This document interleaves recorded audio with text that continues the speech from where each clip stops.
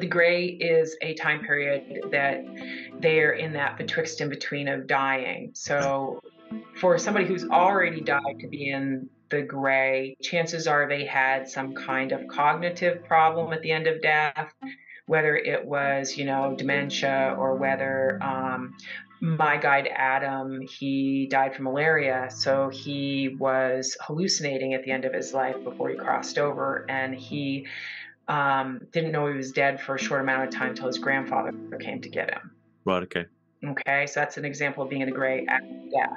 But most people who are in the gray, it's when they are actively dying. And the way that spirits describe it is very similar to pregnancy. It looks different, but like when we are, when somebody's pregnant, we are expecting another human being to come into our world. And we have physical signs that show us that this is happening. And when someone's in the gray, there is also physical signs that they are getting ready to pass, because they become more tangible in the spirit world, which means that they have more presence in the spirit world. Welcome to the Spirit Box podcast, where we explore folklore, magic, the world of the spirits, and everything in between. Today we're joined by Salicrow. Salicrow is a natural psychic medium who weaves the tradition of her Irish Traveler and Blackfoot heritage with modern magical techniques. For more than 30 years, she has worked as a spirit channel, seer, and intuitive healer, offering readings and teaching workshops throughout the United States and internationally. She's the author of several books, and today we'll be discussing her latest book, Spirit Speaker, A Medium's Guide to Death and Dying. In this compassionate and straightforward guide to the spiritual process of dying and what happens after death, Salicrow answers the most common questions asked by her clients over her decades of work as a spirit speaker. In doing so, she's seeking to normalize the spiritual aspects of end-of-life care. She explains how active dying exists outside normal reality, in a state in which the dying person and their caregivers often experience a heightened state of consciousness, describing how the spirit is separate from the body and continues to exist after death. She shares thought-provoking stories of spirit contact and synchronicities that occurred for those actively involved in the dying process. She reveals how these encounters are common and act as guideposts along the journey into death, and helping to ease the transition. She also offers simple techniques, helping loved ones who are stuck or struggling to cross over, and shares practices designed to help honor our beloved dead and develop living relationships with our ancestral spirits. Salicrow really gives a fantastic outline of what may be experienced during the dying process and beyond.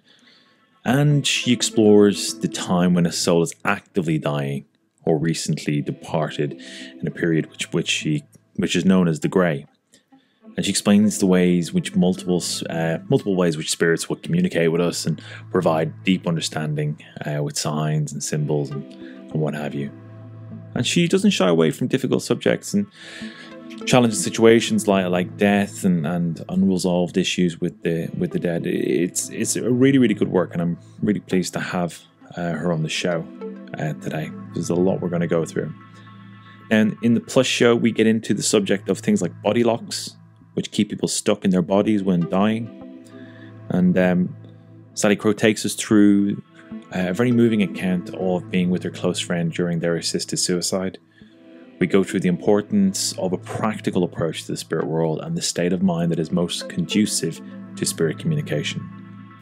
And Salicrow takes us through the many ways in which the beloved dead can communicate with us and visit us from time to time. And we wrap up discussing how there has been a spike in people having psychic experiences and how Spirit Speaker came out as a way to address this and respond to that spike and help people navigate these experiences in a very practical way. It's good stuff. I think you're going to enjoy it.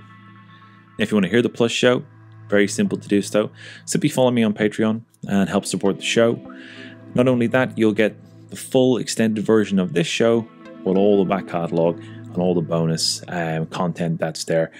Recently, I've been doing a series on lectures on the Jinn, which is really good stuff. It's all revisiting some of my earlier work when this podcast started, a lot more in depth, as I've learned an awful lot over the last 3 years in my research. We're also looking at how we engage with the spirits of place through a series of work that we're calling Spirit Garden. So if that sounds like something you're interested in, then clicky linky and come and join the fam. Right, let's get on with the show.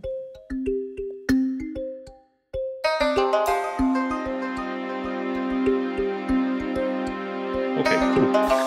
Well, Salicrow, you're very welcome to the Spirit Box. Thank you for having me. My pleasure, my pleasure. So to get the show kind of on the road and get people orientated, could you give the audience just kind of a brief overview of you and your work? Sure. I am a psychic medium, and I have been aware of my gifts since I was a young child. My great-grandmother was my first teacher. I've been reading into people's lives, precognitive readings since I was about 18. And I've been doing spirit communication for people since I was about 30. I'm 52 now, and I have my Reiki Masters in 6 schools of Reiki. I have been a vocal toning sound healer for 20 years. I've written 3 books. I'm a druid and a witch, and I run a educational and wellness center in St. Johnsbury, Vermont, in the United States. So I'm a prolific teacher. Fantastic. Well, you're very welcome to the show. It's really nice to have you with us. So your new title, your new book, you mentioned you're an author, and you're got a recent publication, or is it about to be published, right? Or is it out? It's out. It came out April 4th. Right. It's about your experiences as a medium and the kind of different strata of your experience and your knowledge, and you kind of build that picture out. When did it come to you that the time was right to write this book? What kind of motivated you? What was the impetus?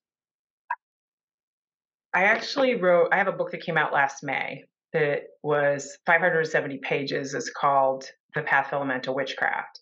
And I wrote Spirit Speaker without anybody knowing, like I handed it in finished in a short amount of time, because it was, in many ways, it's only 100 pages, which feels really small after writing such a big book. But it was answering all the questions that I answer for my clients regularly, because I see clients, and I was answering questions that families often ask me, like what happens when somebody dies, what happens when they've just crossed over, what happens in the process of dying. I try to point out that I am a healer. That's the way that I go into being a medium. So I always say, like, you're not going to find me doing a guided house tour of a haunted house. I'm more likely to work with families who are grieving and, bring them connection and clarity. So this was meant to be a guide for everybody. So while there is some tips in there for people who might be opening up to spirit communication themselves, there is plenty of that. It was primarily written for everyone, because my clients are everyday people, like police officers and nurses and old ladies and bank tellers, and everybody has questions about death and dying. And so this book was meant to answer the most commonly asked questions that I get. Fantastic. And you mentioned that you first started to learn or kind of work with, I guess, your innate ability through your grandmother. Yeah. So I've got kind of 2 questions around that. One, is that something that comes down through your maternal line, through your ancestry? And two, was there anything you say that was quite unique in that being tutored by Mhm. a matriarch or matriarchal figure, that would be kind of different from people learning kind of from books? Sure. Sure. First of all, it was my great grandmother. My father was raised by his grandmother, so she was 71 years old when I was born, and my parents were hippies. My dad was just out of Vietnam, and my mom was a teenager. And so while they raised me and fed me and clothed me and loved me, my grandmother was a huge influence in my life, and we spent a lot of time there. I say we because I have a sister who's a year and a half younger than me, and we both have psychic abilities. And my great grandmother also had psychic abilities. People used to go to see her. And she was half Irish Traveler and half Blackfoot Native American. And both of her parents had gifts. So she had the teaching of both of her parents. And when you have natural psychic ability, especially if you're adept at it, you know how to use it, you have some skill, you can see when somebody else has psychic ability. So, and she actually was told when my mother was pregnant with me by one of my spirit guides that I was going to be a medium. So, she, from a very young age, would say things to me like, dead people talk to you, Sally, it's okay. Or sometimes you know things, Sally, it's okay. And her teaching was mostly done through games. I'm a really good rummy player, for example. Like I can win by many, many points because I know exactly when to like lift my hand. Even when I was a kid, I used to think she was cheating and letting me win, but it's really just me. Um, so that was a big part of it. And I say that she was a hillbilly.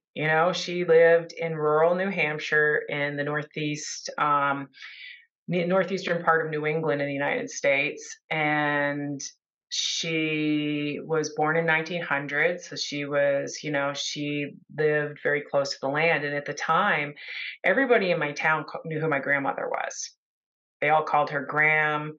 They all visited her house from time to time. But she, unlike me, who can be like on this podcast or writing books, she had to do what she was doing under the guise of selling worms, or that people came because they liked her cooking. So there was always kind of like the real reason somebody was coming and then what you showed people. So my upbringing was one in that it wasn't until I was in school that I realized that other people didn't necessarily understand the world the same way that I did. I can imagine. And what was that experience like? When you kind of realized that you were experiencing a different reality to the people.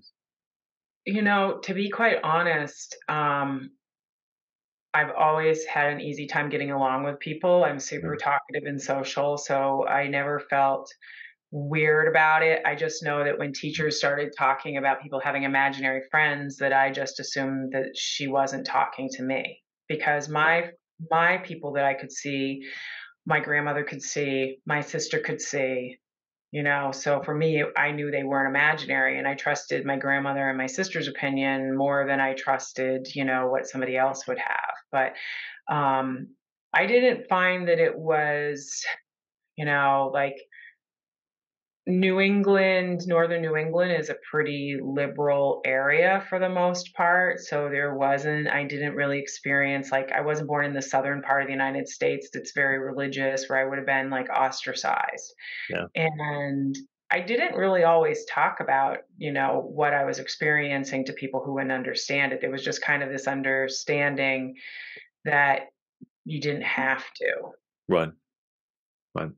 And in terms of like how you experience um engaging with spirits, or as you said, kind of like, so things, what Mhm. what wow, what is that like? I mean, is it like watching a movie, or is it just something kind of, does a spirit appear in front of you, or do you hear it? How does it how does it manifest for you? Um, so first of all, my first book, which was called Jump Girl: The Initiation and Art of a Spirit Speaker, was a memoir of growing up psychic and of the major opening I had when I was 30. So when I was younger, I would see them. If there was a haunted house, I would definitely be the person who was having an experience. If somebody pulled out a Ouija board, the spirits wanted to talk to me. Mm, I could see them, I could hear them. I lived in a haunted house when I was a kid. I talked about that. When I was 30, I had a major opening. Like, I mean, half my book was really about that opening. And I um, had a team of spirits. It was already a planned thing, like that at that age I would be ready for this. And right. so I learned a lot of lessons, and my ability went from like 10 to 100 in Wow. a really short amount of time. Um, I've been married to my partner for 30 years. So I had a really solid partner, which I'm very thankful for, who knew that I wasn't crazy. And I did have to make a house call, or have my Reiki master make a house call to me at one Right. point, because I just wanted him to come and tell me I wasn't crazy, because Yeah. I was experiencing so much. But I'm a multi-sensory medium, which means I can hear, I can see, I see in my mind, I can feel them. They talk directly to me. Um, which is one of the reasons why I teach spirit communication, because whatever way my student is experiencing spirit, I can experience it that way too. So I can be like, okay, you're getting music. Mm, I can hear that this is how you're experiencing this. Um, so it's been, yeah, so I will see an outline of a spirit, kind of like that shadow image, if you will, with my visual eyes, but at the same time, inside of my mind, I might be getting the details of it. mm, mhm. And one of the things that I found in my 20 years of working as a spirit medium for people is that introverts and extroverts communicate differently. So if you're introverted in life, that's actually part of how your soul processes things. Right. You're extroverted, same thing. And so extroverted spirits are the ones who have more of a tendency to talk. And if they're speaking to me, I will get direct nuances. I'll know how they said their words. I might be able to pick up on their body posture. I will say things in the same manner that they said it in, because I'm just listening to them talk to me and I'm repeating it. With an introvert, though, they are more likely to show images and emotions. So I say it's more like a sophisticated game of charades. Right. Okay. So when a person is going to see a spirit medium, one of the things that may happen is they might be at a gallery and somebody else got this really amazing message. And then you get a message and it's not as good or not as clear. And you're like, what's going on here? And it's because it's not just the skill of the medium, it's also the skill of the spirit that's communicating. So, like, if your dad really struggled with communicating in life, he's not going to be the best spirit at communicating Right. either. Someone like me, who talks very easily, would be a very good communicator. Hmm. Yeah. Yeah. That makes sense. One of the things I found really interesting about your book, Spirit Speaker, is that it it particularly went out to address kind of human practical concerns about death. Mhm. Which I thought was great. I mean, you probably guessed from my line of questioning, like they're fairly practical questions. What does it look Yes. like? What does it sound like? How did it happen? Yeah. Yeah. Which I think is really important. Because that's the way most of us interpret things, and Sure. I thought you did a great job of that in the book of painting that, a very nuanced subject, but painting it in a way that was very accessible. Um, and obviously, death is a hugely sensitive, delicate, troublesome, completely natural, but part of life that we all will experience indirectly through those we love, and eventually ourselves. Um, so I found that really really interesting, and one of the areas in particular, like you, for example, you talked about things like suicide, you know, Mhm. and one of the nuances there you talked about, kind of being partially responsible, kind of, Yeah, for your own death and your own situation. Could you talk to that? sure. First of all, I'd like to say that, I refer to it as partially responsible because whether it's suicide, overdose, or dying of cirrhosis of the liver because you drank yourself to death, you're still partially responsible for your own passing. And we have so much fear around that when it's happened to a family member because, religion has brought us to believe that that person's soul is damned, that they're going to be like burning in eternity. And first of all, I like to say that one of the things that I was, reminded of maybe a month or so ago, is that I really like to say death by suicide instead of committed suicide, because even saying committed means that we're making it sound like a crime, and technically it is. It's a crime to try to commit suicide is a crime. And when somebody's at that point, they are already in hell, by my opinion. So I talk about our emotions a lot. And if we had our emotions set on a dial, like a volume dial on a stereo, 0 to 10, most people go through life with their emotions set at about a 3 or a 4. A person who is struggling with anxiety, depression, mental illness is most likely going to have their emotions set at about an 8 or a 9. So if we imagine that volume like that stereo, it means that they're literally 24 hours a day, kind of like drowning in their emotions. And that, when we die, our emotions get turned down to about a 2. Now, that person who's partially responsible for their own passing goes into something that I refer to as timeout.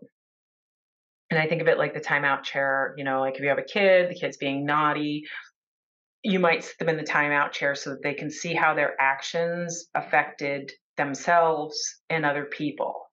And that's the same kind of thing that happens when we have a lot of trauma around our death, especially if we have responsibility for it, or if we go to our death where we were just really horrible to other people and we died with a lot of unprocessed guilt, and we're going to have to look at those experiences, but we do so with the volume turned down. So, in many ways, it feels more like the difference between being directly in something and watching something on television. When we watch something on television, we still have an emotional response to it, but it doesn't drown us. It's not going to submerge us in our emotions. Yeah, that's really interesting.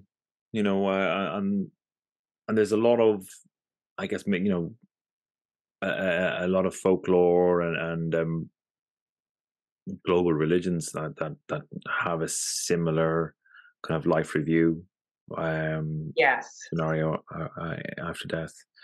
The weighing of the heart against a feather and Yeah. kind of Yep. Egyptian. Um, uh, and in terms of how that's experienced, you're saying that the individual soul is witnessing their life review, you know, Mhm.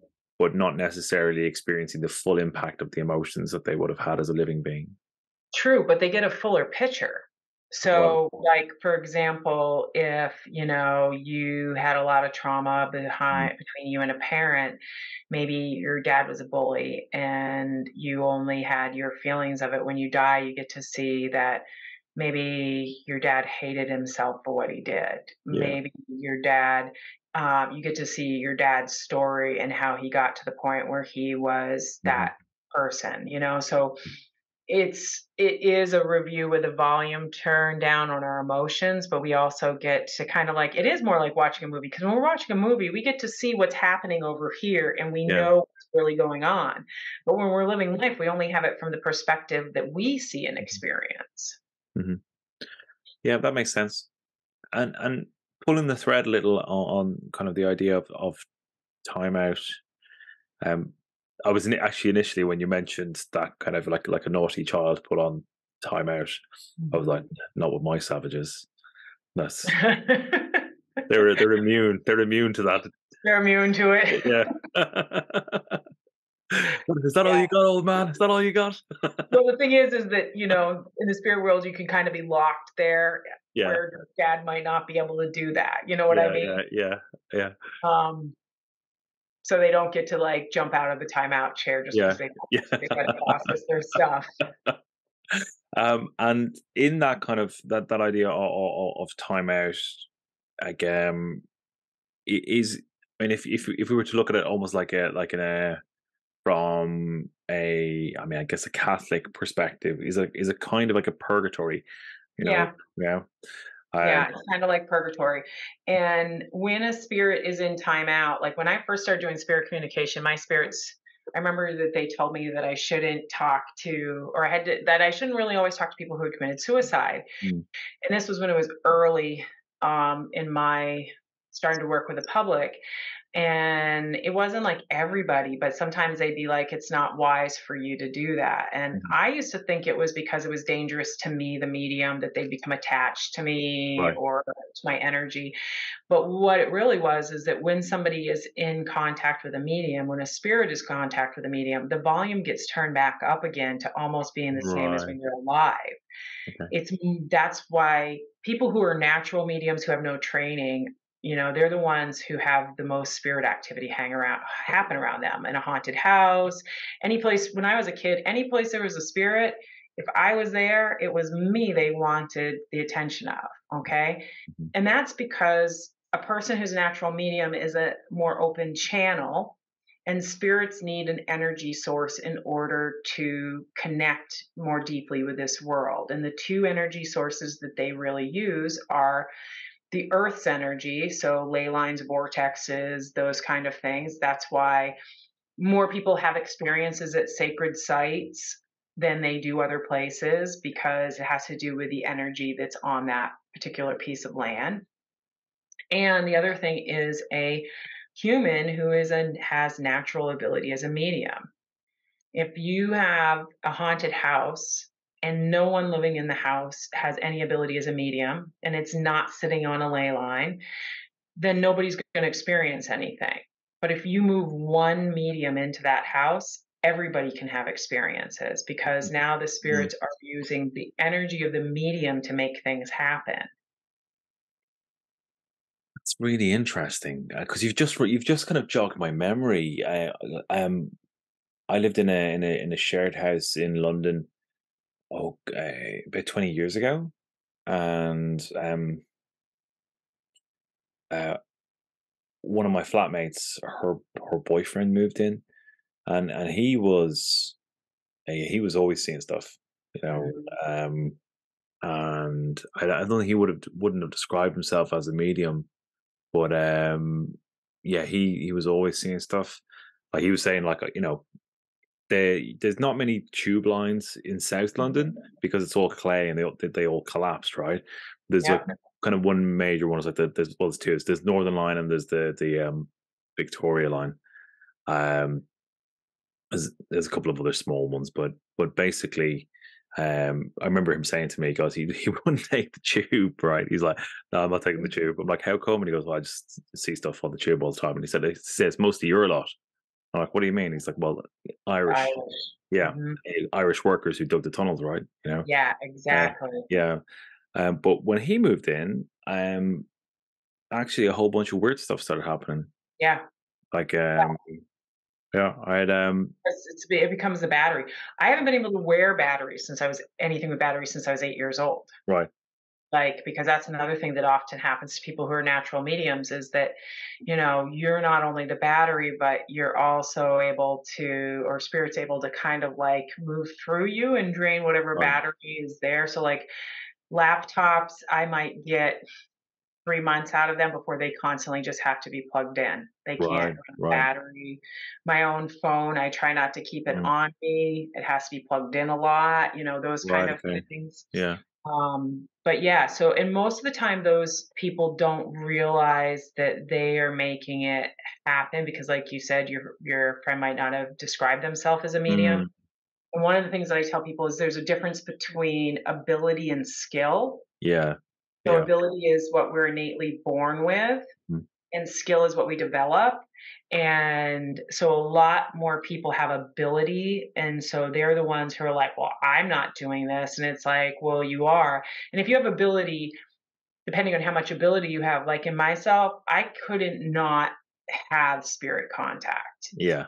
I Yeah. didn't want it. I didn't have a choice. Mhm. I spent most of my 20s just trying to figure out how to mentally and emotionally survive as a person who could read other people all the time. And, so it's hard. And if somebody's having that experience, getting some kind of education, I tell people, is the difference between, I use the example that if we're out in the middle of nowhere and I get hurt, and you have to drive me to the hospital, you will do it regardless of if you know how to drive a car or not. Yeah. But if you know how to drive a car, our chances of getting there safely have improved greatly. Mhm. So that's the difference is the person who's having it happen to them in opposed to, the person who is in the driver's seat like myself. And I have a pretty normal life, like spirit don't get to, I might still see them when I'm in the grocery store, but it's like I see a lot of humans in the grocery store I don't have to talk to as well. I've learned how to have like Yeah. boundaries. Yeah. And what does that how do those boundaries express themselves? I've had some previous guests in the shows with similar similar kind of areas yourselves who are literally quite like quite abrasive with spirits, going like, "No, go away, Yeah. piss Yep. off." I actually have a spirit that I call my doorman. I used to own a bar. Okay. Right. Um, I owned a bar when I was in my 20s, and so the doorman is the person at the bar who says, "You can come in, you Mm. can't, I'll pass a message for you, you need to go away." And so I have worked with a doorman, a spirit doorman for the last 20 years, which means that spirits um, don't get to just bother me. I Right. don't get woken up at 3 o'clock in the morning anymore. Mhm. Um, and I'm a very firm believer that I will never go up to somebody and pass a message to them without them asking me. Yeah. Okay. So Mhm. that's, there's a medium in the United States who's known for doing that. And I'm like, in my opinion, that's a show that is meant to, in many ways, to startle people. But the reality of it is that that's also incredibly insensitive. You don't know if that person's mentally capable of accepting that information at that time. And I do have a great story that I did a seance once where this family at the end, they asked me, how can a spirit get you to talk to their living loved ones? And I said, they have to convince their loved ones to call me. I won't Mhm. call them. Mhm. And so this is where it gets really interesting. About a month later, I did a seance for a person, a family, and the woman said, I have to tell you how I heard about you. And she said that she got a message on her cell phone that was meant for somebody else. And it was a woman talking to her friend and talking about how she had gone to see me. Okay. And so that was enough for the woman. But then the next day, she got a message from the woman it was intended for, replying to her friend, telling her that she also had been to see me. Wow. So they got their own messages, but somehow their messages, both of them got dumped into this other person's voicemail. That's spirit. So I'm always like, if spirit really wants, the communication, then it's up to them to kind of give their loved ones signs. And they have done some crazy things, like and electronics are actually really, Right. in many ways, helpful because, like I can run my hand over the top of my iPhone sometimes and not even touch it and it will turn on Mm. just from energy. And I know it's not just me, it just happens sometimes. Yeah. So that makes it a lot easier for a spirit that doesn't have a physical, tangible being to manipulate. Right. Right. That's incredible. So do spirits really have this kind of like ability to manipulate Some of them. electronics? Right. Some of them. My dad had some psychic ability of his own. When he died, he'd also spent a year and a half, 2 years with me and my sister. My dad was a Vietnam vet, so when he was young, he had too much damage. He was an alcoholic, Mm. and he avoided a lot of things. But in the later part of his life, he stepped into his gifts. So he had practiced so many things. When he died, he was doing things like turning people's windshield wipers on. He moved my keys across my table. Mm. Like everybody was having experiences for my dad because my dad had spent time in life Mm. learning about those things, so he was better at it. But that time right after we die also, in many ways, is when most people have experiences with the dead.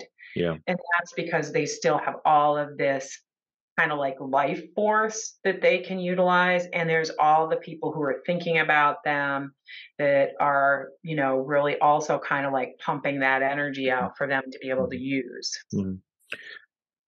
Speaking about thinking about the dead, like you have uh, you've got a interesting section in your book where you talk about kind of ancestral altars and honoring the beloved dead. Can you talk to that? Sure. The beloved dead are our family, friends, loved ones, ancestors, spirit guides. And that's the spirits that I primarily work with. So they're the family, they're the loved ones that we miss. And, you know, I personally think that we're living in a time where most people are spiritually starving. That we don't, like as we've stepped away from traditional religion, which I don't necessarily think is a bad thing, there's a void that's been left where people don't know how to process. Hmm. And we also, especially I'm from the United States, so we homogenized what it looked like to be an American in the 1950s, in which we did it through television. And I'm sure the UK is not much different as far as like, okay, this is what we are going to be like. Here's your image. And in that, we lost a lot of our ethnic traditions that were around death and dying, like our ability to honor our family members. So in my family, we kept those alive. And we always talked about our dead. We invited them to our family gatherings. I knew who my great uncles and stuff were that I never met. Even if I wasn't a medium, other family members would still have that. They'd have that knowledge. Right. And one of the things that really helps is, we need to have a living relationship with our dead, which means a way of still being able to interact with them without only thinking about their illness or their end of life, Hmm. and which we make space for them. One of the easiest ways to do that is to create an ancestor altar, which could just be the top of a dresser or a windowsill, the top of a bookshelf. And we put memorabilia and pictures of our loved ones who have passed. And you can interact with that. One of the things I often advise is that you spend time with that altar on a regular basis, much in the same way that we would a gravestone. But the reality of it is, our modern culture, most of us don't live near the graves of our ancestors anymore. Mm. You said you were Irish and that Yeah, you're living in England, so you're not going to be able to go to the family graveyard, you know? that's very But, true. but you can put up a space in your house, because the reason why a graveyard even works is that when we pull into a cemetery, we stop worrying about the ridiculous things of life, like And we really focus on what we want to bring to the table because we know we're going in to solemnly connect with someone we love. And we might still bring our heavy problems to talk to our mom or our grandfather or our spouse, but we're not going to be like, and Susan said this day at lunchtime, and I feel left out of the circle. You know what I mean? We're going to be approaching the situation as if it's a sacred endeavor. Hmm. And we can do the same thing in our own homes. And it can be fun, like when you're having a family, gathering, just having space for your beloved dead in it adds to it. There's a lot of my clients who have had altars set up at their weddings, because a family member, maybe a parent, was dead, Yeah. and it really was hard for them not to have their parent at their wedding, so they made space for them. So these are ways that we can start to form a living relationship with our dead, especially if we make a point of like putting a little candle on that altar and spending 5 minutes with it in the morning. If your mom was a big tea in the morning person or coffee in the morning person, then have it with her. And I tell people, like, when you're deciding where you want to put that altar, ask yourself, if it's really dedicated to your mom and she always talked sitting at the kitchen table, then put the altar in the kitchen. Hmm. Instead, you got a big family room that everybody used for holidays and was special that you gathered there, then that might be the perfect place. But every family can be different in Hmm. that. Hmm. Yeah, it's really interesting, and I know a lot of the kind of the listeners to this show um have a varied kind of level of say kind of magical experience. But having kind of an ancestor altar is certainly kind of one of those things that's kind of foundational for Yes. um nearly kind of every strand of kind of a cult practitioner.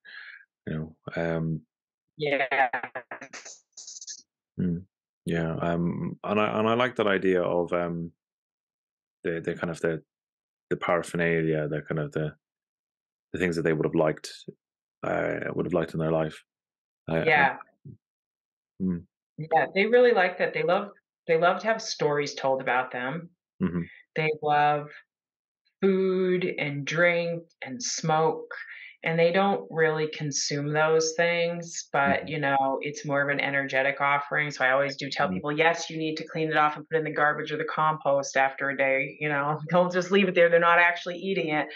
But they have this deep remembrance of how much maybe they loved a mhm, particular thing. mhm, And when we partake, that's another way that we can do it too. Maybe we can partake of it and think of them. mhm. So maybe, like, I'm not a smoker, but my dad was. Yeah, So if I'm standing around a campfire or something, I might take a couple drags off a cigarette. I yeah, joke that I'm one of the only people I know who buys cigarettes to put them on my altar, not to because I have a yeah, habit, you know what I right. mean? But it's Yeah, yeah. because it's a way of honoring them. Mhm, And sometimes I'll just light it and I'll just stand there and I'll talk about my dad. And it's a yeah. way of saying, okay, I'm giving Mhm, you this mhm, offering. mhm. I'm very interested in the idea of offerings. I mean, it's part of my daily practice as Mhm. well, and but the idea of like what spirits get from offerings, particularly offerings of like, as you say, kind of a food, a drink, of human experiential stuff, you Yes. know. And I offer that to my ancestors, and I offer it to kind of say the spirits that I work with that are not human, or Right. never have been human, rather. Um, Yep. like, because you mentioned that kind of how they consume them in an energetic way, or I'm paraphrasing there. So, Mhm. but what does that mean from your perspective? Well, I mean that they sit in the energy of it. Right. So it's kind of like, so I have a lot of food allergies and I can't do like so basically like a thing in the United States is ice cream stands in the summertime. There's tons of them. And Right. then I will sometimes drive by an ice cream stand and I like will say to my husband, like, I'm gonna have, and I'll just like, I'm gonna have this sundae and I'm gonna have a sugar cone, I'm gonna have all these things. And he's like, why do you do that? And I've learned that from spirit that they truly enjoy the memory of something. In some ways, they can step deep, memorable experiences of those things. So if it was their favorite chocolate bar, they are able to perceive of the energetic value of it. Okay. Okay. That makes sense. Yeah. You're back now. There you go. That's really interesting. Um, Yeah. we may have touched on this a little bit with the kind of the timeout bit, but what is the gray? The gray is different than timeout. The gray is the time period in which a person is actively dying. And it carries over crossed into death for some people under certain circumstances. But most of the time, if a spirit's talking about somebody being in the gray, it means that they're usually within about a year to a year and a half of their passing. And that's if it's a lot less than that, the spirit will usually tell me. But the gray is a time period that they're in that betwixt and between of dying. So for somebody who's already died to be in the gray, chances are they had some kind of cognitive problem at the end of death, whether it was dementia or whether my guide Adam, he died from malaria. So he was hallucinating at the end of his life before he crossed over. And he didn't know he was dead for a short amount of time till his grandfather came to get him. Right. Okay. Okay, so that's an example of being in the gray after death. But most people who are in the gray, it's when they are actively dying. And the way that spirits describe it is very similar to pregnancy. It looks different, but like when we are when somebody's pregnant, we are expecting another human being to come into our world. And we have physical signs that show us that this is happening. And when someone's in the gray, there is also physical signs that they are getting ready to pass because they become more tangible in the spirit world, which Right. means that they have more presence in the spirit world. They will also usually, during the time that they're in the gray, they're going to have a higher likelihood of having spirit experiences themselves. They'll often talk about seeing a loved one who's passed, as well as caretakers of people who are in the gray may also find that they're having more spiritual experiences, much in the same way that somebody living in the same house as a medium would. Mm. Yeah. I So mean, being in the gray creates another energetic backbell. my mum's a twin, and when her twin sister was very very ill, when I think she was about like 7 or 8, I think the story is, but her twin sister, she was given the last rites, and my mum was in with her along with her family when she was given the last rites, but um she saw her deceased grandparents kind of up in the kind of the corner of the room, um beckoning my Yeah. auntie on, saying like, come on, it's okay, um but she survived, but Yep. my It mum happens too. recalled Some some. people do have those Yeah. experiences. Yeah. Yeah, and then you're right. More people will have. So in the United States, I don't know if this is something that's happening in the UK, but we have a growing people who are in many ways kind of like spiritual guides, or people who are trained, whether they're doing it for their own family or whether they're doing it in hospice situations, but they are they are working that more normal and sacred, and that's something that a lot of people who take that kind of training or people who work in hospice will often talk about how after a while of being in their career, they start to have more spirit activity. And it's Right. because they're working with people who are at that point where they're in the gray and the veil between the living and the dead is really thin around them. Okay. That's extraordinary. The idea of the grey. I haven't heard of that before. Um, but it makes so much It's sense to me. interesting though.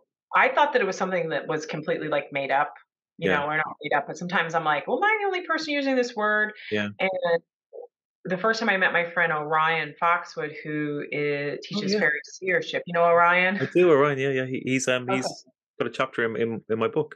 Oh, awesome. Yeah, yeah. So I've traveled with Orion, and the first time I met Orion was actually through death. So when I wrote about Brisha's good death Yeah, in my book, which is the person who died yeah. from death with dignity assisted suicide, Orion was one of the people who was there. And that was the first time I met Orion.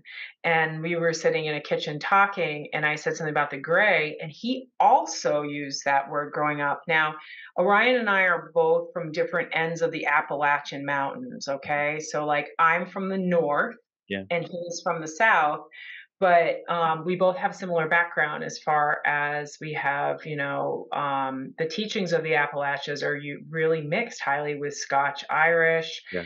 and Native American. So while my Native American was Blackfoot instead of Cherokee, which is most common in the Southern Appalachians, our teachings were really similar. We found, and I actually identify a lot now that like Appalachian witchcraft is really more notable. Yeah. I can look at any of that stuff and be like, this is just like what I learned growing up because same ancestry, do you know what Yeah. I mean? So Yeah. it's like this influence was the same, but he also had been introduced to that time as being called the gray, which I thought was really Mm. interesting. Yeah, that is interesting. Yeah, it really is. I love the way you described it though, as like that kind of an analogous to pregnancy, Yeah, like yeah, which makes sense. You know, like almost in like that kind of the fractal sense, like as the body builds, the physical presence becomes more present in the material yep, world, and then the opposite happens at the other end. That makes total sense. yeah. Well, in shamanism, the two most important roles of the shaman are birth and death, you Right. know? And actually, I've met a ton of labor and delivery nurses who have gone into hospice. Who when Really? they change their career, they usually go into the other end. They go into working in death. So, and I've had work in both. I think I've been present in like probably 10 births, Right. you know, and I've been present in multiple deaths. And I find that the energy in both times is very similar. It's very like time gets weird, it gets stretched out, it gets Mhm. compressed, our senses are heightened. We're, in this almost strangely euphoric Yeah. state. That happens for people who are witnessing either death or birth. So there's so many similarities as we're coming in and leaving this physical plane. Yeah. Yeah, it is strange. I remember the birth of my first child, and well, I remember the birth of both my children, but in particular, like my first child, that it's almost like trying to remember like a drunken night. Time is so weird and kind of like Yes. patchy, like it's very strange, you know. Yeah. So Like I like the word weird a lot, and yeah. I like to spell it WYRD. So weird, which is the root word of WEIRD, Mhm. means WYRD means connected to fate. So we Mhm. do this all the time. We'll be like, that was weird. And I'm like, yeah, it was weird. It's connected to fate. You just had a moment that was bigger than normal. Mhm. So I also like to say that like supernatural is still natural. Mm, It's just mm, a supersized version of it. So, like, if you have supersized order of fries, you're still eating fries. mhm. But with a supernatural experience, you're having a heightened natural experience. You are experiencing the world with your ability to perceive information turned way up. And that's the difference. It's not that, I mean, people have been communicating and honoring their ancestors since the beginning of time, but as we moved through religious dogma, and then I do believe the consumerization of culture, when television started telling us what we should want, need, believe, we let go of a lot of spiritual things that we might have experienced Yeah. Yeah. because it wasn't being shown as being normal in our idea of what it meant to be a modern person living in this world. Yeah, I think that makes an awful lot of sense, and I think you're entirely accurate with that. I mean, I remember I don't know where I read this, but I think I remember hearing and I think an Irish historian talk about how actually the advent of satellite TV in Ireland in the 90s was probably more devastating to Irish culture than 800 years of English or British invasion. Ah, In terms of wiping out the nuances of that culture, you know. mhm. Um, I, Yeah. I went to Iceland in 2015, and when I was there, a Dunkin' Donuts opened, okay? Like, it mm, was crazy because, I mean, there's Dunkin' Donuts on every corner in the United States, just like a mm, Starbucks. But there was a line of people outside the Dunkin' Donuts, and they had to have bouncers. People wanted that, but you know yeah, what? It's no longer there. right, 6 years, 7 years, and it was gone because they yeah, realized that it actually was crap, yeah, but it was the hype of wanting this thing that you've seen 700 commercials for in the last exactly. And months. how many movies and shows that you think are great, and Exactly. you want to kind of try that stuff. Yeah, I remember the first time I was in America, I tried a Twinkie, and I was Yeah, like, "This no. is awful! Like, We have what is this horrible thing?" food. Yeah. We have horrible food. It's like, why is Some of our anybody eating this? This If is we look disgusting. at our list of ingredients that are acceptable in the United States Yeah, compared to other people, it's crazy. yeah. It's really bad. Yeah, like, Oh, I agree. yeah. One of the things that I kind of talk about with I've a small group of people who support this podcast and get kind of the longer version of the shows. And one of the things um that I talk about an awful lot is where you can kind of grow your own food or be close to Yeah, your food. I said even if it's just a potted plant of mint, yeah, of that mint tea, it's like it has a different type of energy, and that yeah. ultimately, like talking about connecting with kind of say non-human spirits. Mhm. What I That was found. what my second book was about. Oh right, yeah, okay. But what I found is that the kind of working with that stewardship of place, working with the land, uh, that I've just started to hear the spirits of the land. You know, Yeah, Really. yeah. I live in Vermont is we have one of the lowest population densities in the United States. Mm. I live about 40 minutes from Canada, actually.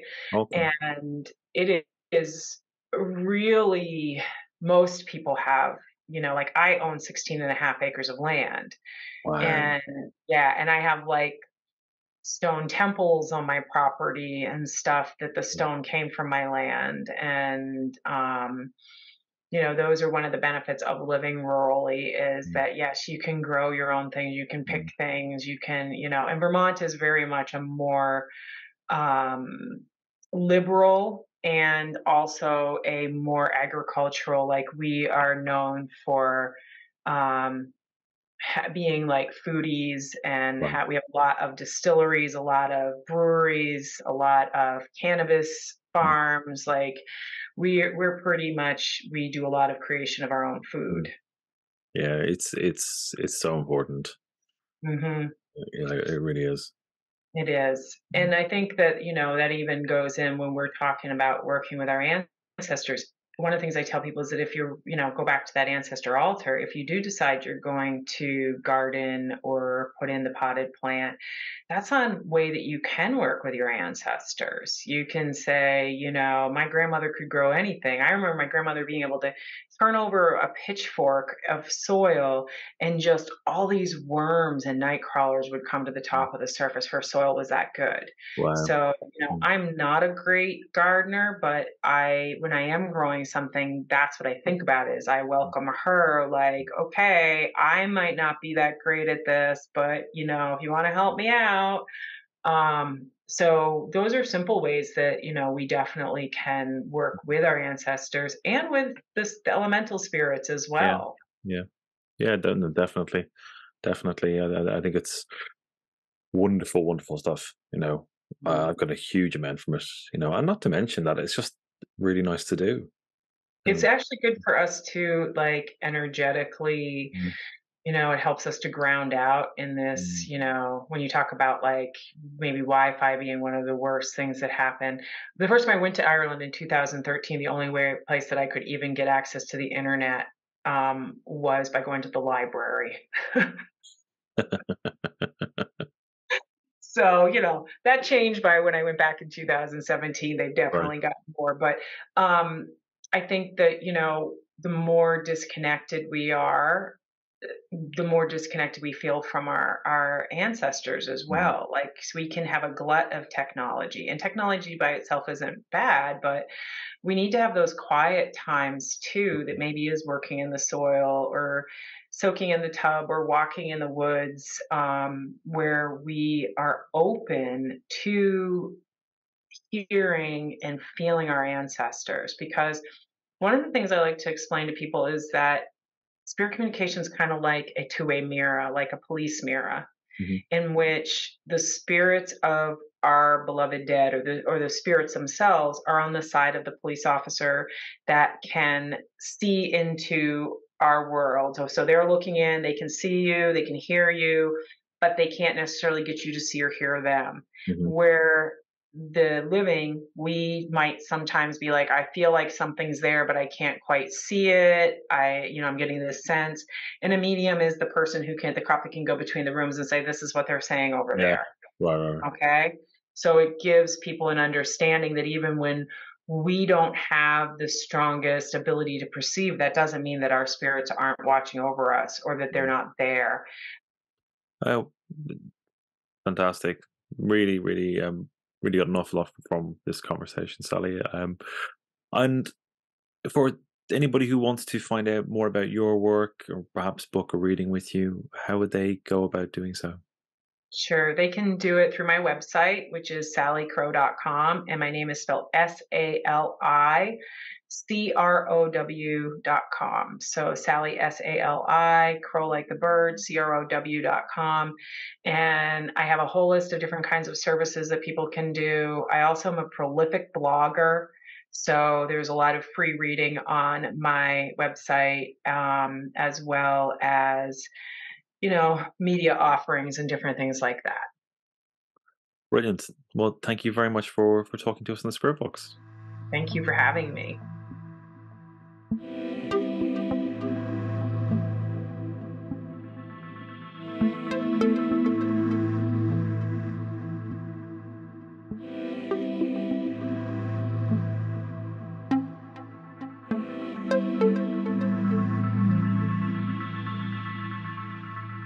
Thank you very much, Sally Crow. That was a fantastic conversation and one I got an awful lot from, and I'm sure many of you will as well. I certainly want to kind of add a bit of depth to my own ancestor work.